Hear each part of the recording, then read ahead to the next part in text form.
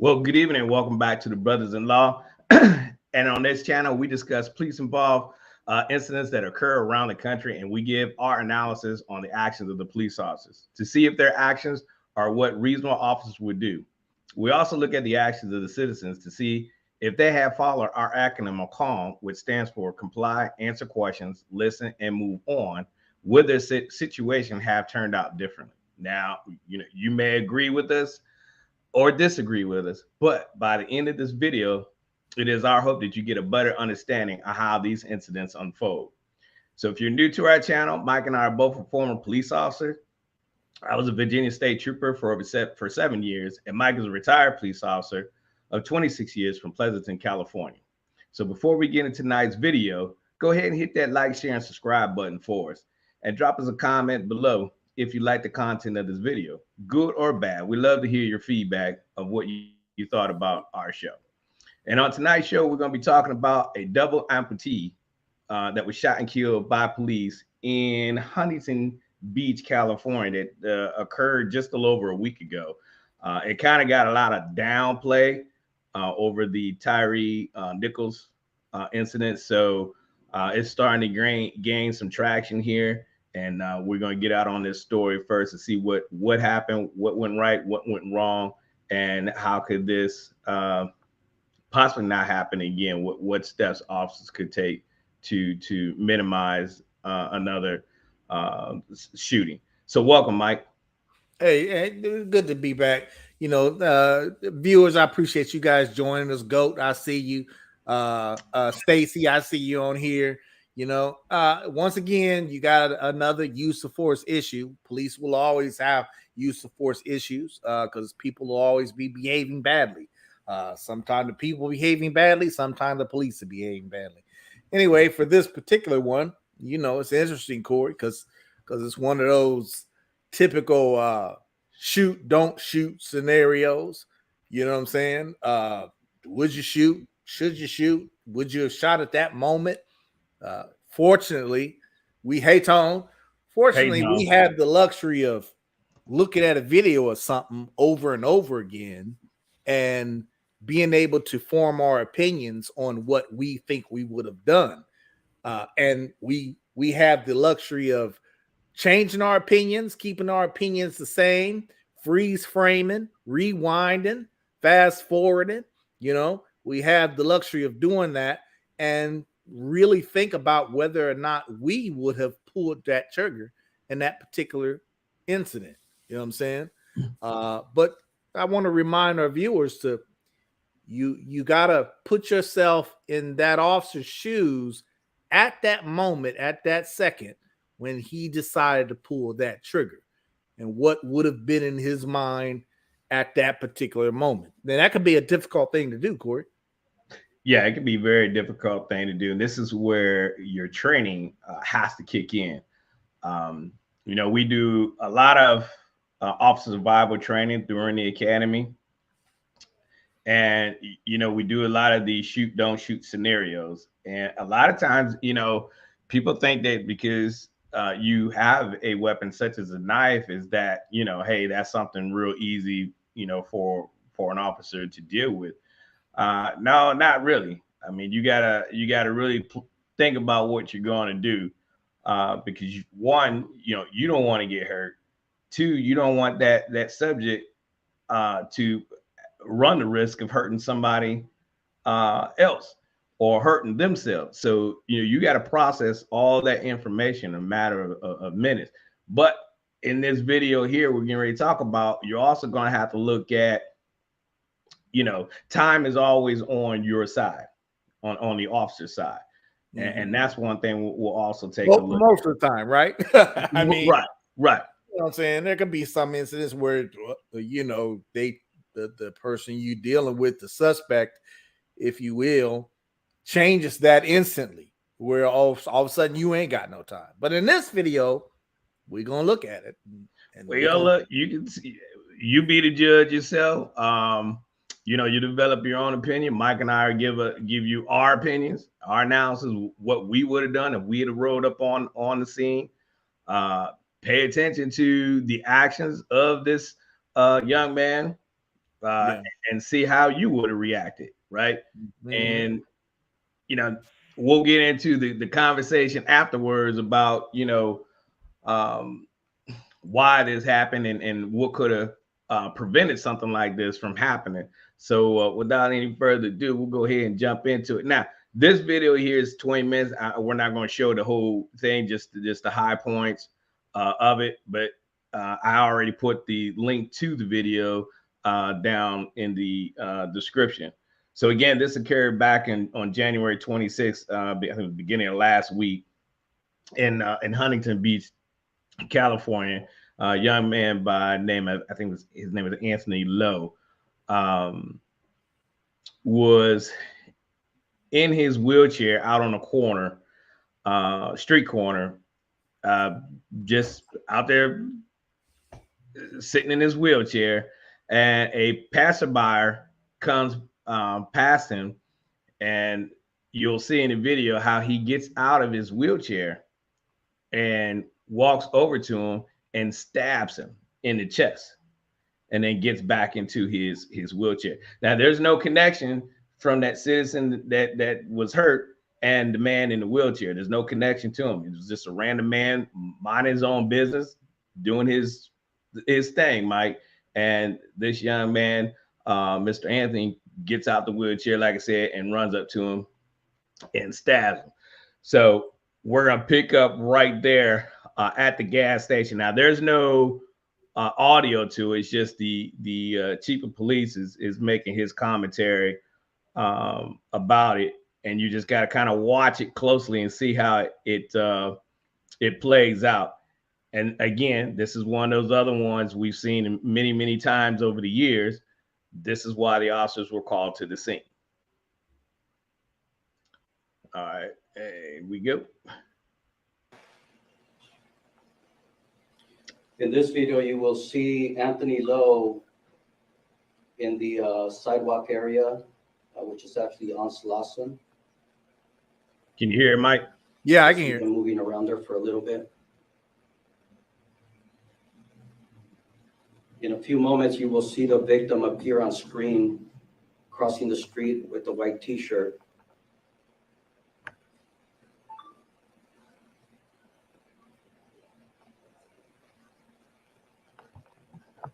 You see him just sitting there chilling in his wheelchair. Yeah, what harm could he do, right? Right. Double amputee sitting in the wheelchair on the street corner. How much damage could he do, right? Right. Here you will see the victim begin to cross the street. Once the victim reaches the corner where the light fixture is, the traffic light fixture is, you will see Anthony Lowe off of his wheelchair approach the victim. Man, right there, you see that? Yeah. Random citizen walking. The victim stumbles into the traffic lane, and Anthony Lowe returns to the same area of the sidewalk where he remains for a few moments. All right, now, Mike, I'm going to skip forward, y'all, to where the police then get involved. And that's probably around about the 12-minute mark. And up until that point, that victim he just stabbed, he had punctured that guy's lung, and he ended up in the hospital. He stabbed him in the chest, puncturing his lung. Yeah, he was in critical condition, actually up until about Monday of this week. All right, so here we go. 1900 Slauson Avenue. Now you're going to see where the officers get involved and approaching. Shooting. And yet there's no audio to this. And this is actually taken from a surveillance camera.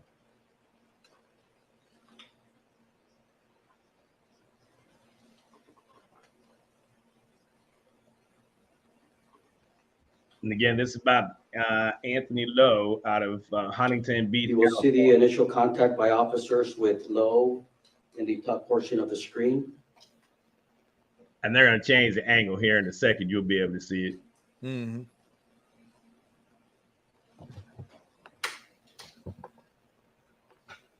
Yeah, almost. You're right, Stacy. Just got up, stabbed some random citizen walking in the street. Again, how much harm could a guy double amputee in a wheelchair do? Well, he can certainly stab somebody to death. That's for sure. You know what I'm saying? And you saw how he got out of his chair easily and was walking on his two stubs. You know, yeah. For lack of better words, I say stubs. You know what I mean? But they use that terminology, Mike. Okay. So you see, they made contact with him and to remove actually top part of your screen there. Low from the wheelchair. Now I'm gonna stop it right there real quick, Mike. Okay. Just some people may have a heartburn with that tactic right there of removing him from the chair. As you can see, he's not complying, right? I'm going to assume here that they're giving him commands such as, hey, stop, hey, drop the knife, right? I'm assuming they're giving him some type of orders because we don't have audio because these officers did not have body cameras. So I'm assuming they're giving him some type of orders, some type of commands, but he's not listening. He's still rolling along in his chair. All right. So honestly, I don't have a problem with that because I'm going to get you stopped one way or the other. Because one, I have to remove that. You need to be placed in handcuffs under arrest and find out what Whiskey Tango Foxtrot happened here, why this man get stabbed like that. So I'm okay with that. What about you, Mike? Yeah, it's a lot to unpack at this moment. And I'm going to ask our viewers if you are the officers responding to this call. Now, this call is a call of a guy in a wheelchair who just stabbed a victim. The victim is actually on his way to the hospital at this point. We don't know if this victim is even going to survive the stabbing. So as an officer, in my mind, responding to this, I know I'm responding to a guy in a wheelchair who has a knife, okay, who already tried to kill another citizen. That's how I'm thinking. You just did an attempted murder on another citizen. So I got to block out of my mind the fact that you are a double amputee in a wheelchair. You see what I'm saying? I still have to deal with you accordingly as if you are a dangerous person. You see what I'm saying? So when I come up, these officers, I saw that officer grab him, try to get him out of his wheelchair. And the only reason why I think that he might have been comfortable doing that, because he thought that this is a W amputee in a wheelchair. What could he do? So he decided to take that chance and come up close to Lowe and pull him out of the wheelchair. You know what I'm saying? That's the only reason why I could think of that would make an officer do that. Is I think the officers they are also downplaying the fact that this is a handicapped person in a wheelchair, not realizing this is a dangerous suspect. You know what I'm saying? They're thinking, wait a minute, man, this guy has no legs. How could he possibly have stabbed somebody? Right. You know what I mean? But right, go. He already calls right. So when we talk about the use of deadly force, there's a couple key things we look for. Does that individual have the intent? Well, yeah, he already had the intent because he's stabbed somebody. Right. He has the means, right? What is his means? He's got the weapon. Yeah. All right. So right there, you got what, 2 of the 3 or 4 signs you're looking for. Hey, am I going to be able to use deadly force? Well, you got 2 to 4 already, and you'll see here in a second. I'll go ahead and start the video again of him still not complying. Looks like I will let you view the rest of the video for yourself. Yeah, and they actually tased him, tried to tase him a couple times, but it didn't work. See, now he's trying to run away.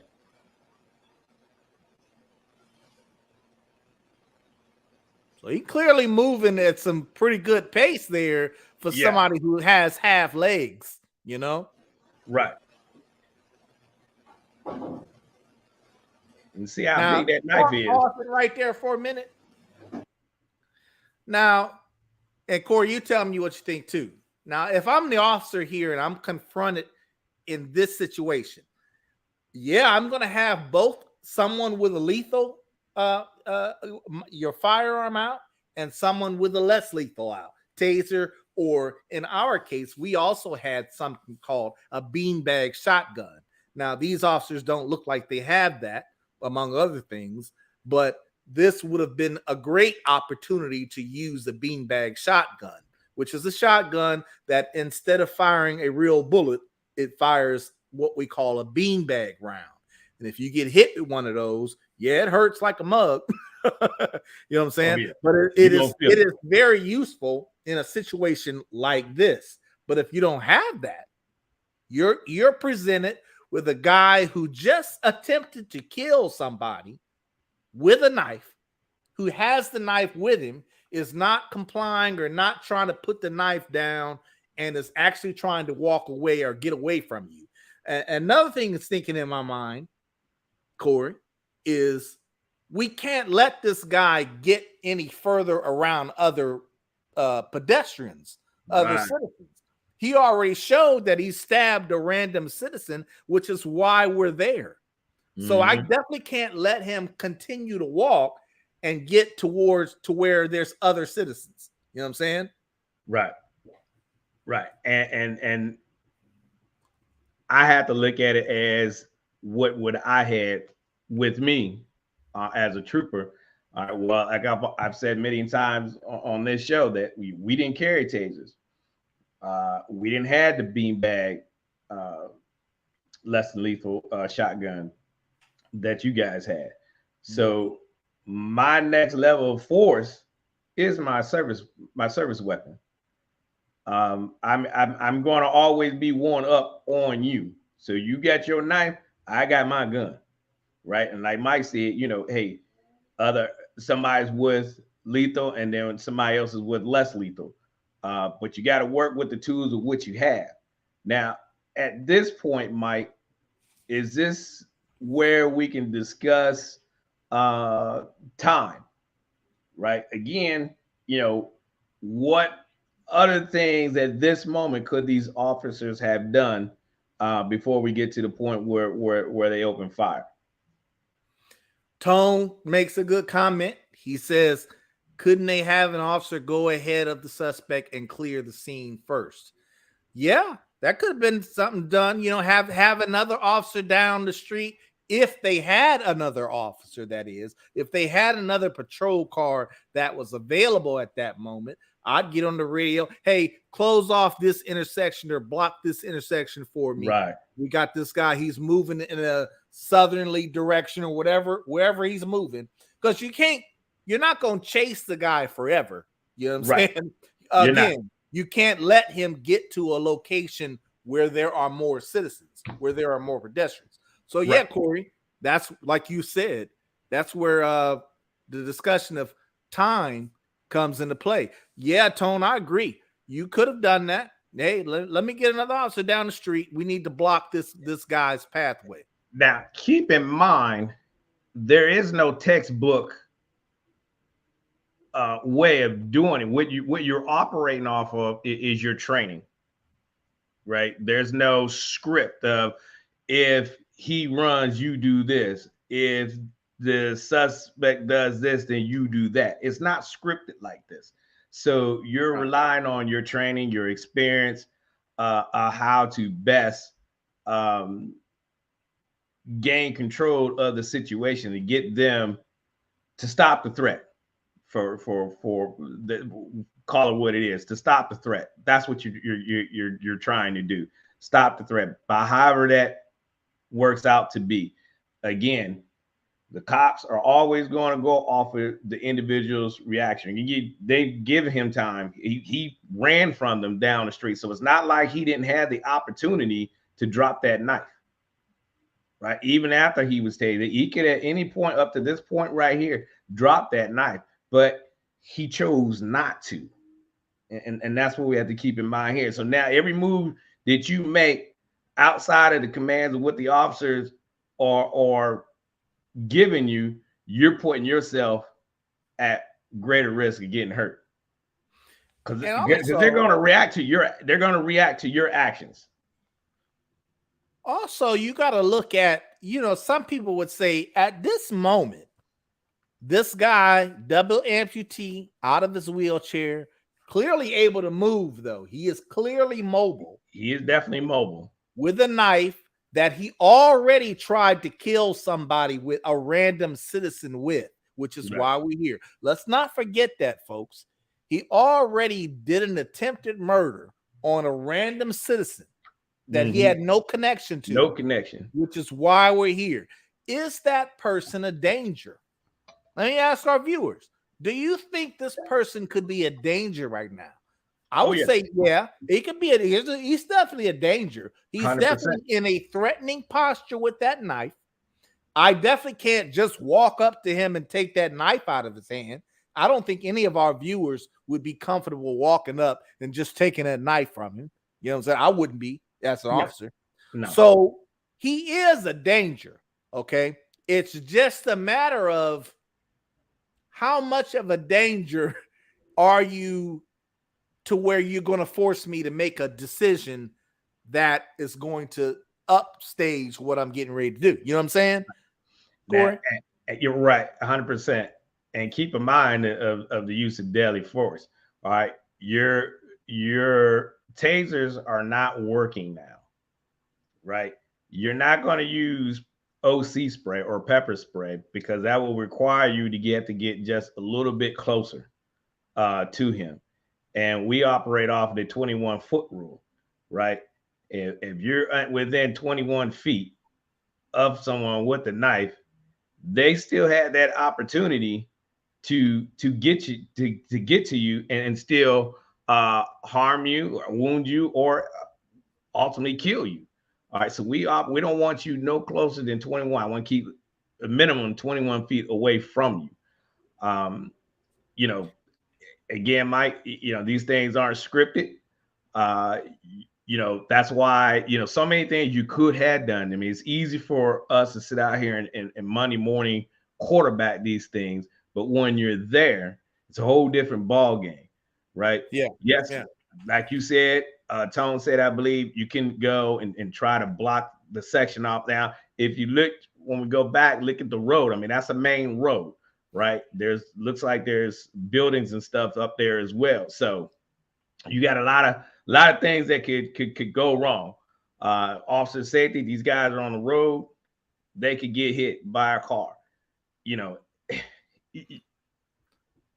got to bring this to an end quickly, but at the same time, you got time on your side, if that makes sense. Now, let me explain in layman's terms what we mean when we say 21-foot rule.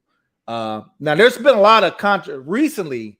When I was in the academy some years ago, 20 plus years ago, the 21-foot rule was discussed also, right?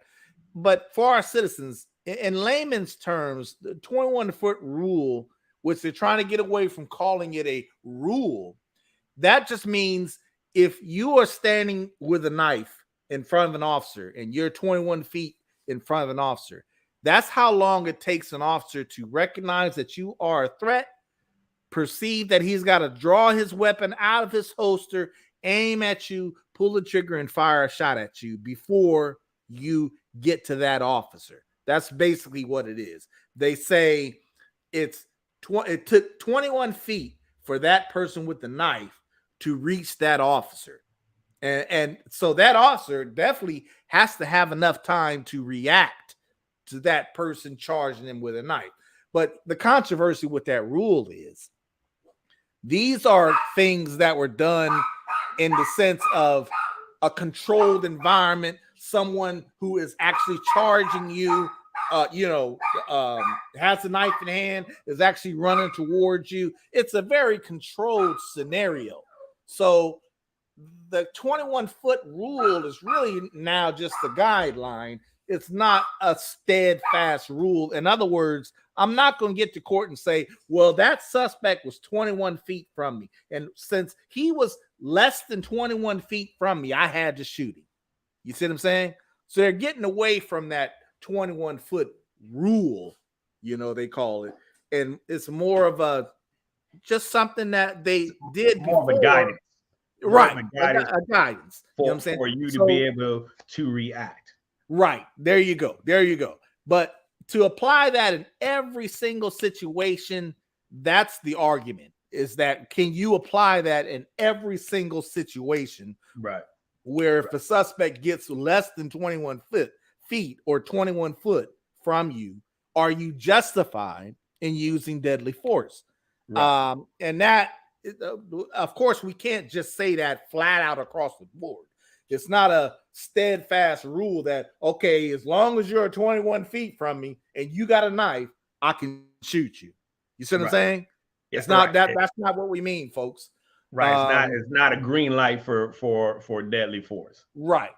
But at the same time, it's a standard for you to go by, for you to be able to react. And Tone makes a good question, has a good question. He says, officers are trained in tactical. Are they trained in strategical also? That's a good question, Tone. And I think I understand what you mean by that. Like, in other words, would these officers be trained to know that if you got a suspect running away from him, could you get another officer to block him off and contain him in some way? There's general training like that, but a lot of that's common sense, Tone. You know what I'm saying? Right. I got a guy running from me. Common sense tells me I got to contain him. I got to box him in some kind of way. If you got a fleeing suspect, common sense will tell me if I got other officers, okay, let's set up a perimeter to make sure this guy doesn't try to get outside this perimeter. At least we know who we're looking for is within this perimeter. So it's one. I would say it's one and the same. Yeah. A lot of that strategical stuff is really right. When you're mobile and you're making move, you're always thinking strategically. Even you know, you're especially like when you're in pursuits, right? Mm-hmm. And hey, I'm passing here. Hey, go ahead and send somebody, down West 32nd Street and Calvin Street and have them waiting for a spike. So you're always thinking strategically. That's something, I mean, you're not really taught, but you're more taught. You're right. We're more taught tactics, but with your tactics, you gain the ability to think strategically. Right. Your experience of dealing with certain calls or how you deal with, say, if, for instance, I'm going to give you an example. We would have a bank robbery in the city, right? Well, we know where that bank is located, and we know where possible avenues of escape would be for a suspect who robbed that particular bank. So naturally, we're going to think, okay, let's get a unit at this location. Let's get one at this location. Let's have two officers go in and actually contact the bank itself. You know what I'm saying? We're always thinking strategically that way. Right. Strategics is something that you can't always train, Tone. I think strategic comes from your experience in dealing with those particular calls. You know what I'm saying? It's like playing a game of chess, Tone. Yep. You always want to be one step ahead of the subjects. All right, we're gonna keep it moving now and keep the discussion going here. So now we're up to this point where they have pursued him down the sidewalk, and we'll pick it up from right there.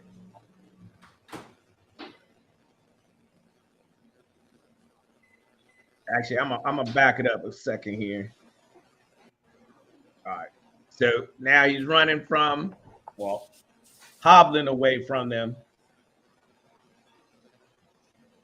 And you can see very faintly where he kind of turns around and kind of like swings the knife at them, because you kind of see them jump back a little bit.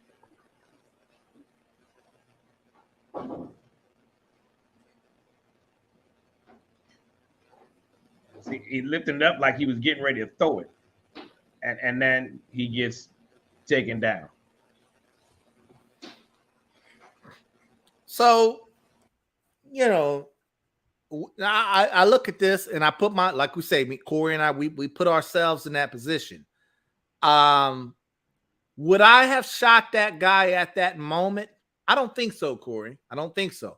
I'm not saying that this officer was absolutely wrong for shooting him. But I don't think I don't think I would have felt compelled to shoot him at that moment. Now that's easy for me to even with him lunging back. I know what you're saying. Even yes, and that's why I say at that point, soon as you go like this, I'm shooting. I understand that, and this is what I'm talking about, folks. You can get two reasonable officers here who may have two different responses. Doesn't mean they're wrong. We're just being honest to show whether we would have done that or not. You know what I'm saying? I can understand why an officer would shoot him doing that. You do like this, you could throw that knife at me. Yeah, we can assume that everybody is an expert knife thrower, but guess what? It only takes that one time for you to throw that knife and hit me in the eye. You know what I'm saying? Yeah. Or whatever it is. I mean, just keep in mind, you're 100%. I agree with you. And Joe is 100% correct. You know, he was going to throw the knife. As soon as I see you go like this, I cannot. What if he threw the knife then, Mike? So now I understand that. Risk, because you didn't shoot. Now this guy runs risk of I'm your shift partner, and I take it in the leg. Me and you probably have some choice words after I get out the hospital. Like, dog, you seen he's getting ready. Why don't you shoot? Yeah, right? I understand. And this is what I'm talking about, folks. I definitely 100%. Understand that viewpoint. You know what I'm saying? It's easy for us to sit here and look at this video and, like you say, Monday morning quarterback, rewind, fast forward, pause, freeze frame, think about it this way, think about it that way. This officer didn't have that luxury of playing that scenario out in his mind, all the different options he could have had. He didn't have that at that moment. He felt the threat at that moment. The guy clearly raised his arm, looked like he was trying to throw that knife, and he shot him. You know what I'm saying? Graham versus Connor. Joe Leonardo talks about Graham versus Connor. That's the case law. I would encourage our viewers to research Graham versus Connor. Okay. Yeah, good shoot legally. I think it's justified. Now, but the question is there more that could have been done here before they shot him? You know what I'm saying? And this, I'm gonna say this because I know a lot of viewers might look at it this way. They'll say, like Tone said, you could have boxed him in and contained him first. Well, let me ask you this, Tone. Say if they boxed him in and contained it, that just stops him from moving, right? That doesn't stop it. That doesn't disarm him from the knife.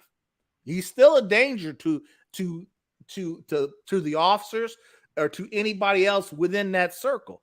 Even if you contained him, he still is a danger because he has that knife. So he still could have gotten shot, even if you detained him with a patrol car on the other side. You know what I'm saying? It just would have, if anything, that might have rushed it up a little bit. What do you say, Cole? Again, you're looking at the use of deadly force, right? The three things: the means, the capability to do this. And again, as soon as he went up like that, all right, we already hit the 2 to 3 the deadly force triangle. And I'm sorry, I'm shooting. Even if I was in that type, like Carol says, even as a regular citizen, I would have shot considering he was going to throw the knife. Absolutely. Soon as you make that gesture of doing something, making him move, showing that you're about to show that intent of doing grave bodily harm, I'm taking the shot. Now, one of the problems that the family is having is because, you know, I believe, I don't know if it's true, but they said that he was shot 11 times. Again, there's no audio to this. So yeah, I don't know. I don't know. I don't know. That. But however, you're talking 11 times. How many officers shot? Is that 3 shots apiece? 3, 6, 9, 12? That would make sense because there's 3 officers there. I don't know. But again, like we said before, we're trained to stop the threat, whatever that looks like in the eyes of the officer on the scene there.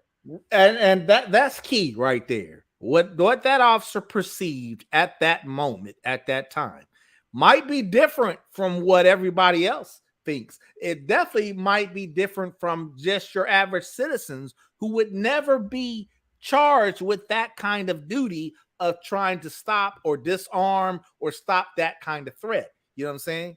So I think most citizens would look at that and probably say, oh, they didn't have to shoot him. You know what I'm saying? Because they would not be able to put themselves in those shoes. You know what I'm saying? That's how I think. Joe makes a good point. We don't want to kill him. We just want to stop his action of throwing a knife at others, at officers. That's correct. That's how officers look at it.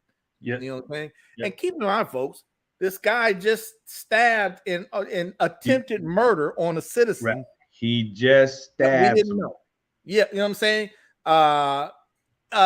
Another thing, Tone says mace. Maybe they didn't have mace or pepper spray. I don't know. I know when I was on duty, I didn't carry pepper spray. Once we got tasers, I stopped carrying pepper spray.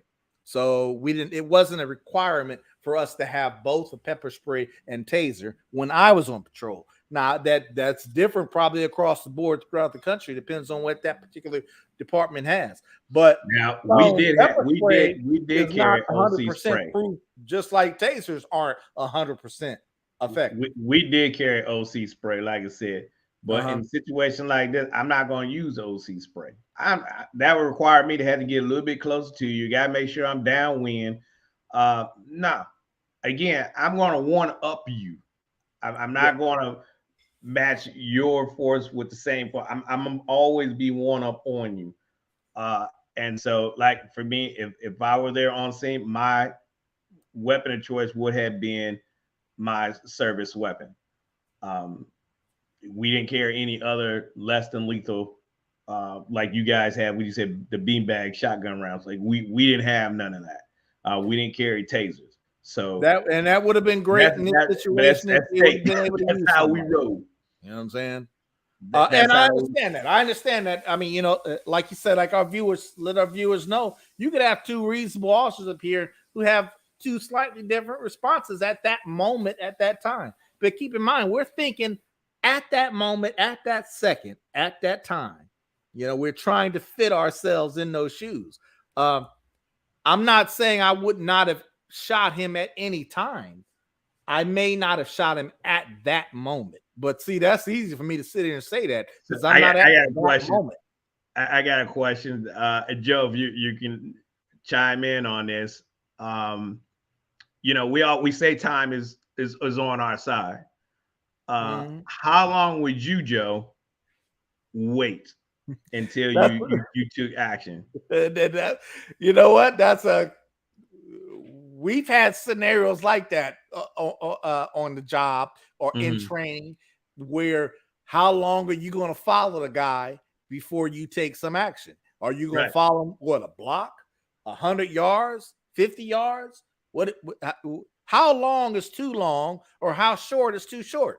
You know what I'm saying? There really is no answer. There's no hard, fast answer to that.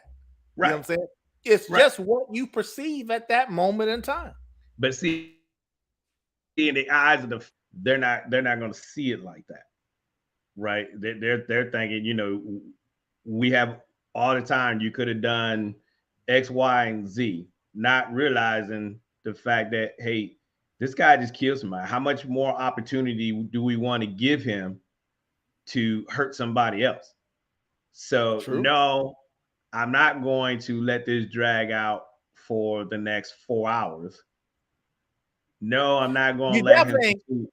And you definitely ain't going to let him get close to other citizens. So exactly. You ain't going to let him just. So you're not going to let him continue walking down the street, right? You're not going to do that. So how long would be long enough before you took some type of action? And what other? And you use other means, your less than lethal weapons might, and they're still not being effective. Then what? Yeah, I mean, who's to say even a beanbag shotgun? I mean, is it 100% effective? No, none of that stuff is 100%. The only thing, look, even a firearm is not 100% effective. Okay, somebody could be shot and still come and attack you. Okay, So Right. even a firearm isn't 100% effective. But Right. this, At some you point, see how we're having this discussion, and you see how difficult it is, if you will, to make that decision to pull that trigger in this particular situation. The argument is this guy wasn't a threat. Well, I would definitely argue against that. He doesn't matter if he was a W amputee, doesn't matter if he had a wheelchair. The guy almost killed a dude. Okay, as far as these officers knew, that victim that he stabbed may have died at the hospital. So you could potentially have a homicide here. Okay, so there's no question that this double amputee tried to kill somebody and could kill somebody with that knife that he was having. He was more than capable of doing that. So let's dispel that right now, whether or not he was a danger. Right. So Joe says the officers need credit for following this guy. As soon as he turned and threatened officers, he was stopped. As long as dude was moving away, I would have kept following him until he threatened citizens or officers. That's where I'm at. That's where I'm at, Joe. I think as long, but here's the thing. It comes into question, like you said, Corey. How long are you gonna follow him? How far are you going to let him go? Well, I think it comes into play when Tone says you get another officer, get another patrol car, you block his path off. Okay, now he can't go anywhere. You got a patrol car over there now. He was the W amputee, so I don't think he could. Well, we like to think he couldn't jump up on top of a patrol car and jump over a patrol car. You know what I'm saying? But maybe you could do that. You cut his path off because you definitely can't let him get to citizens. If he starts getting close to citizens, definitely I'm shooting. You know so, and today, as Tone says, in today's climate, as long as it takes, remember, y'all have the time. I hear what you're saying, Tom. I hear what you're saying. Yeah, but I'm not going, if I'm at this call, Tone, I'm not going to let those type of feelings stop me from doing my job. What is my job? My job at this moment is to stop this threat. He has proven to be a danger to the community right now. And at this point, I cannot let the woe is me folks out here dictate how I do my job right now, because my job is the officers there, safety, and to ensure no other citizen gets hurt. So you do have time, correct, but we can't let this go for the next 3 days. Well, plus, you know what I mean? Having time is a relative term, Tone. If he continues to walk, sooner or later, he's going to come to a point where he's going to reach other citizens or something along those lines. And you, like we said before, you definitely got to stop him at that point. Okay. You ain't going to walk up to him and just take the knife out of his hand. Okay. He just tried to stab somebody and tried to throw the knife at the officer just now. You know what I'm saying? So you ain't going to do that. All right. So you got time until you don't have time, until you got to make a decision, or he forces you into making a decision. Now, the argument that citizens have, Corey, is, oh man, they could have boxed him in, and we don't know what would have happened had they cut his path off. Yes, okay. Yeah. But at the same time, the same thing could have happened. Like we said before, you cut his path off, he's still a dangerous suspect with a knife that you got to deal with. So here's one, and that's, I'm glad Tone said this. Now mental health issues come into play. Yeah. Again, as we said before, we got to put that aside. It's still a man with a knife. And mental health issues don't come into play. A man who just tried to take another citizen's life. So, and at that time, I'm not trying to assess, what this guy's, he already showed me his mindset set by hurting another citizen. So, what we got to do? You think we got time to get a shrink out there to kind of talk to him? Nah, we ain't got time for all that. Yeah, again, you gotta take care at the same time, time is still on our side, though, right? You got it, but you got to take care of that threat first. Mental health issues are not, Tone. You got to stop the threat first. You got to stop the physical danger first before you concentrate on mental health. He could very well, obviously, had some mental health. He just randomly stabbed some citizen for no reason that he didn't even know, okay, and almost killed the citizen, all right, for no reason. So clearly he has got some mental health issues, but you still have to treat him like a dangerous suspect. Right. He might be a dangerous suspect with mental health issues, but he's still a dangerous suspect. You know what I'm saying? That's the point that you can't forget. You know what I'm saying? Yeah, you can't forget. But I think the only reason why I think this didn't get a lot of media attention over the last week, because everybody's still talking about what happened in Memphis. But the family's argument with this was that again, time they could have done other things. They didn't have to shoot him. But you can't dispel what he did. Remember, he stabbed somebody, almost killed another citizen who was just out doing his daily routine. He didn't think he was going to, wake up that morning on the 26th and start his day to pretty much be his last day here on Earth, right? So Mr. Anthony here disrupted this man's daily life by almost taking his life. Now, police are called to this. Now, if this guy has mental health problems, what in the world he doing hanging out on the street corner then, Mike? Where's the family? Where's the family that's out here saying, hey, well, he had mental health. They should have done X, Y, and Z. Well, why ain't y'all posted up on him on watch? I hear what you're saying, and people, there's a lot of reasons. I mean, we could go on for days on that kind of discussion, but like you say, the family. You know what? I understand the family's grieving. I guess they would. I understand that. I'm not trying to take away from that, but it seems like they're also forgetting the family of the guy who he randomly stabbed. You know what I'm saying? What about the victim? What about his kids? What about the victim? What about those people? You know what I'm saying? Right. Your mental health or not, your family member who was double amputee in a wheelchair with a butcher knife almost took the life of a random citizen. You got to think of that. And yeah, you're right, Tone. It is kind of a catch-22 that those officers would have had to deal with. But again, you got to put yourself in those shoes and think, would you have shot him? I think a lot of citizens would say no, because it'd be hard to relate to that by putting yourself in those shoes. Right. You know what I'm saying? Well, like Carol said, right, just because you have mental health issue or no legs don't mean you get a pass. Absolutely right? Not. He was a danger, 100%. I mean, we can't use those as excuses of why a police officer can't perform their duties.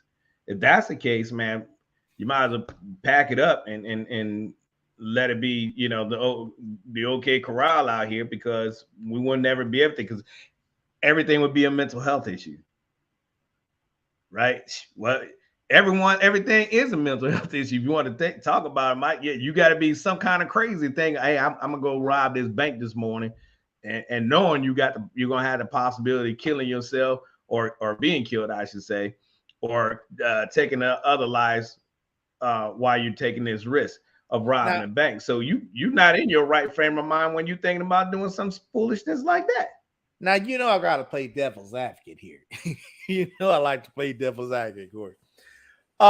So in this situation, the defining moment, it sounds like we're saying that the fact that he raised that knife up and was getting ready to throw that knife, that was enough to use deadly force.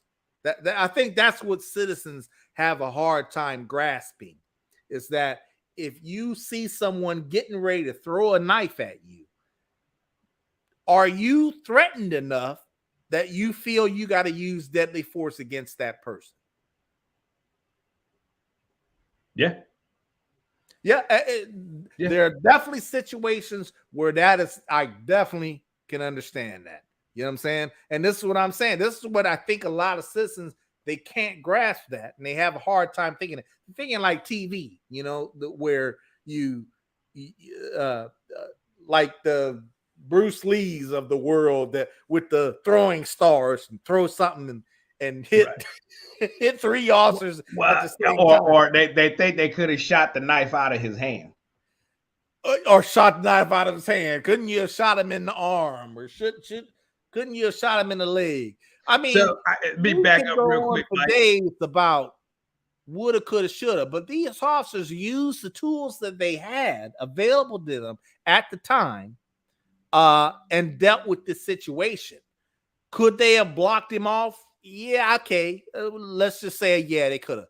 But I don't think that would have changed the scenario. It might have added time to the scenario because we don't know what he would have done had he been blocked off. He could have just turned around and tried to throw that knife. If you would have blocked him off, you run the possibility of making him more aggressive.